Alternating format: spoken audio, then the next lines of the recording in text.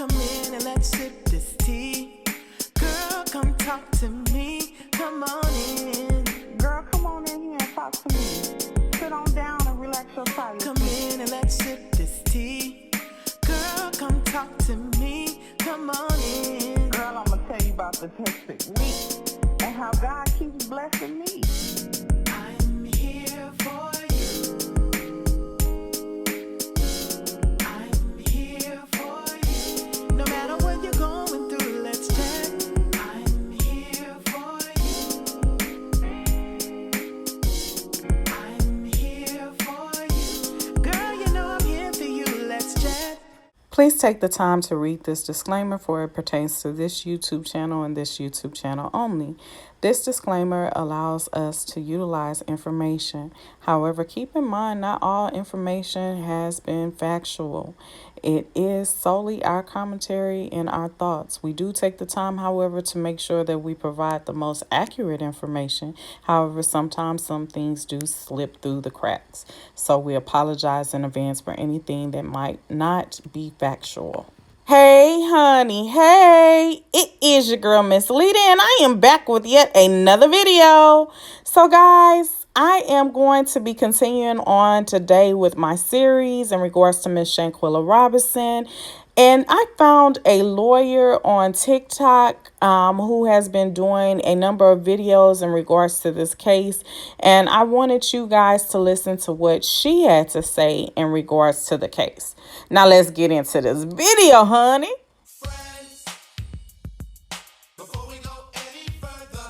Shanquella Robinson, it broke my heart when I heard the news. Even now I still got the blues. Careful with the friends you choose. A lot of people want to see you lose. And baby girl, you was making moves. Went to Mexico to celebrate. Thought it was love, it was hella hate. Wanna pull you down when you elevate. They start a fight on the second night and roll the cameras as you lost your life. I swear I wish you missed your flight. A month later, now your story made the news. Them fake friends left a lot of clues. Couple cuts, a eye bruise. Called the doctor, lied to. Stupid fools tried to blame it on the booze. Came through your mom's place, looked her right in the face as they lie about the reason that you died. Heard your dad's pain, that's the reason that I cried. Fake friends be disguised, real friends by my side.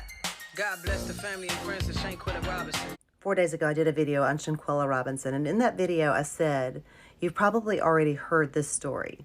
The reason I said that was because it had happened over 3 weeks prior to that video. But it turns out that most people had not heard that story. And I was baffled. It has over 1.2 million views on it now because people had not seen her story. I was researching for updates on her case, and I came across this article. This is a news article from NBC News that states that Black social media is critical to pursuing justice. Black social media. Black Twitter, Black TikTok, Black Facebook. Explains why a lot of my followers had not seen or heard of Shanquella Robinson. I have no idea how to say what I want to say right now, other than justice should not be dependent upon social media, period. It especially should not be dependent upon Black social media, because that's the only way a Black American can get justice in this country. So I do not delude myself to think that I had any part in keeping this alive so much that they arrested her. But if there is a story out there that needs to be heard because my people didn't hear it, then you let me know, because I'll put it out there. Justice should not be reliant upon Black social media alone. I stand with you, and I stand for justice for Shanquella. And all of the Cabo 6 should be arrested.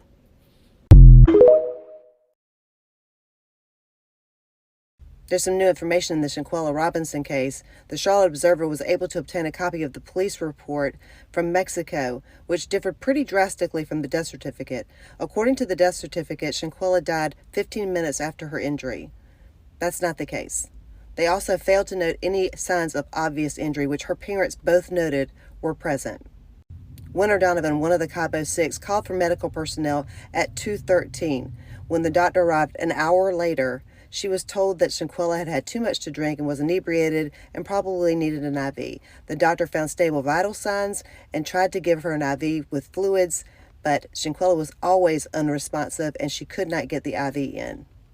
The doctor told these friends that she needed to go to the hospital, but the friends refused, asking her to treat her only in the room. The doctor, remember, was only told that she was intoxicated, so she continued to try and treat her in the room with an IV, but was unsuccessful. Her vital signs were stable until they weren't. Her blood pressure started dropping, her oxygen stats started dropping, and the doctor began performing CPR. At that time, Winter Donovan then called the ambulance. EMTs arrived and gave her 14 rounds of CPR, 5 doses of adrenaline, and 6 electrical shocks, but they were unable to revive her. She was declared dead at 5:57. That's hours after her initial injury. Her cause of death, as you know, was listed as severe spinal cord injury, broken neck. So almost as infuriating as watching the guy film and not step in to help Shanquella is the fact that these 6 gave the doctor bad information on what her injuries were, which prevented the doctor from giving her adequate care. Now, could she have lived had they transported her to a hospital with the proper neck precautions? I don't know, but I'd certainly say it was a chance. This is Dejanay Jackson. This is the woman who was in the fight with Shanquella. At the end of this video, I'm going to flash up some of the screenshots from her Instagram account where she decides that she's innocent and she wants to give her side of the story. But I can't find the screenshot. I found it last night, but I can't find the screenshot. But she indicated that she was not going to give her story unless she was paid for it. Classy. 2 other things that are pretty important to know. When they found Shanquella, she was allegedly clothed in her pajamas. So they took her body and put her pajamas on her, probably injuring her more in the process. And also, the FBI has given permission to extradite these 6 back to Mexico should Mexico decide to press charges. Let's go, Mexico. Here are the screenshots from Dejanay Jackson's Instagram account.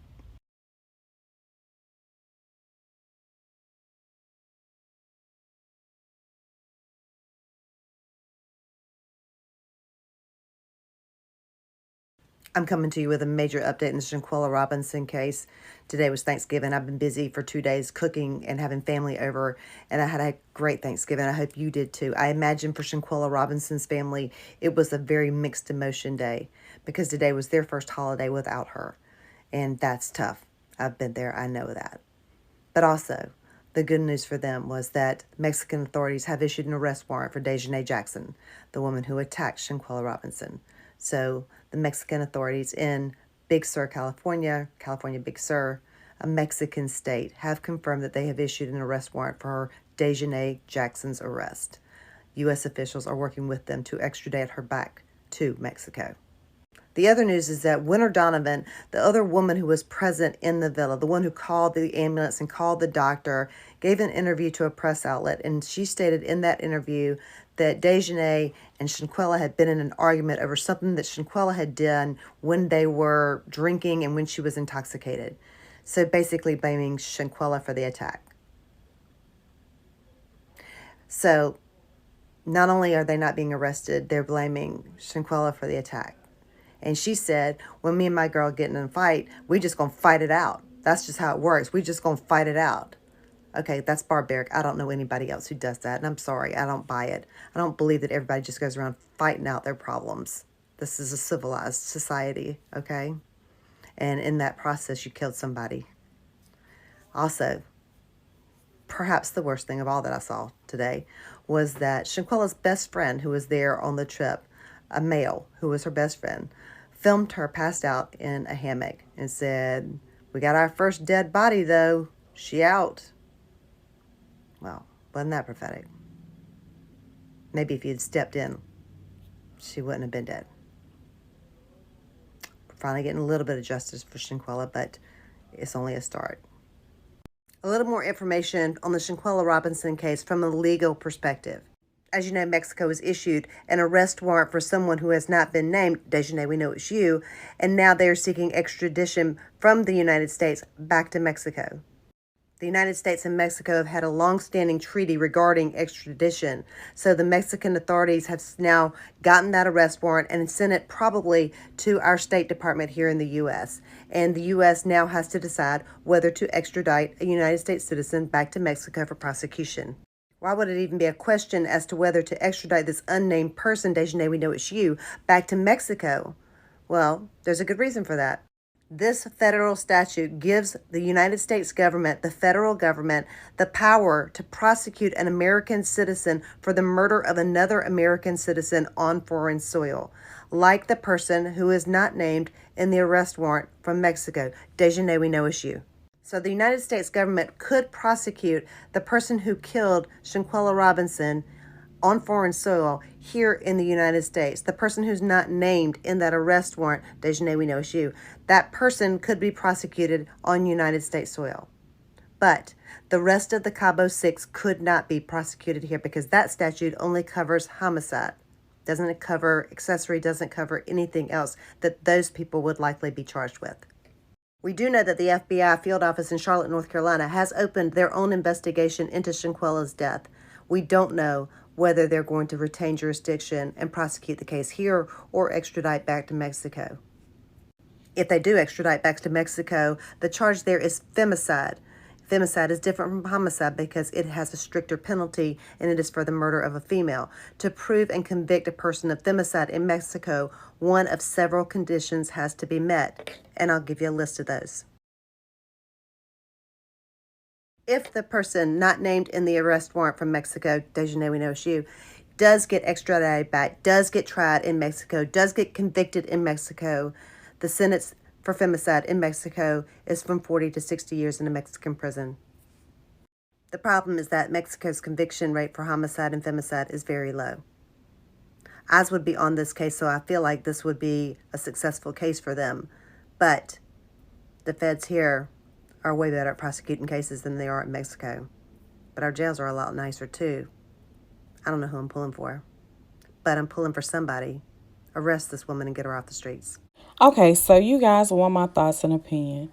Now, Miss Lori has been posting about various cases on TikTok, and it is greatly appreciated to have the perspective of a lawyer being brought to the attention of others.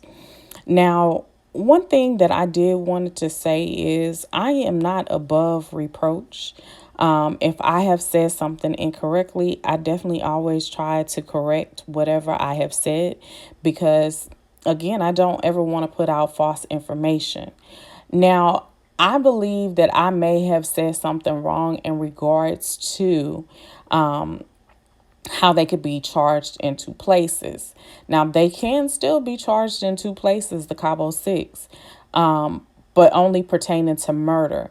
Now, when I read the treaty, the way it states murder, I'm thinking that conspiracy to commit murder, accessory to murder, all of that applied because it all pertained to murder. But according to Ms. Lori, she's saying no, only pertaining to murder, period. So at this point, we truly have to hope and pray that the Mexican authorities really have some laws that would apprehend the other six pertaining to the case, because we don't want them to get away with murder or get away with the role that they've played within this case. So I'm definitely hoping and praying that everything is taken care of and that we can resolve this issue and bring justice to this family. So again, I apologize because when I was reading it, it said murder. And murder is such a broad thing. I'm thinking it breaks down all levels of murder, but according to them, according to Ms. Lori, it doesn't in regards to that particular treaty. And she would know because I'm only a, retired federal agent. She would know better than I would because she is an actual lawyer.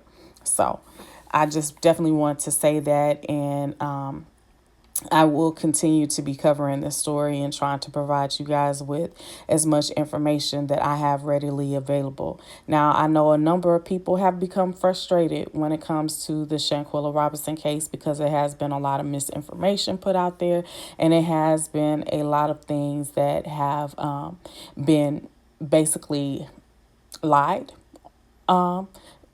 Lies have been coming out. So I definitely understand their feelings and their thoughts in regards to that. The only thing I can say is you have to fact check. You can't just take everybody at their word. So I understand being mad, but however, you can't just listen to the first person that you come to and say, oh, their information is credible. It doesn't work that way. So we definitely have to be mindful of who we receive information from and who we find to be credible. Make sure they are vetted and that the information that they are providing us with is something that is factual, because that's how rumors get started, and that is how we are spending more time looking into misinformation than actually dealing with the information that we have. Prime example,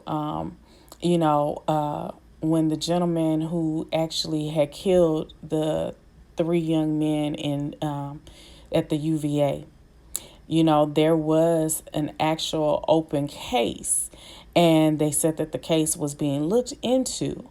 Now, it hadn't gone to where it needed to have gone to at that time, and it fell by the wayside in some areas. So because of that, that is why this young man was able to still be in school, and his case hadn't been expedited to the next level. But any information pertaining to him was supposed to have been looked at and been presented immediately. And it happens. It definitely happens, is all I can say. There is some information that is missed, and there is some information that misinforms. So we truly have to know the difference, but we have to take the time to look into all of it. We can't just rely on other people's opinions, thoughts, and everything else, because we all have opinions and thoughts. And collectively, with our opinions and thoughts, we can gather and collect our opinion, or formulate an opinion in regards to what we believe transpired based upon those things. That's all I can say. So until next time, I am Miss Leda. I am opinionated, I'm unbothered, and I am unapologetically me. Bye. Until next time, y'all, I am your girl, Miss Leda, saying bye, honey, bye.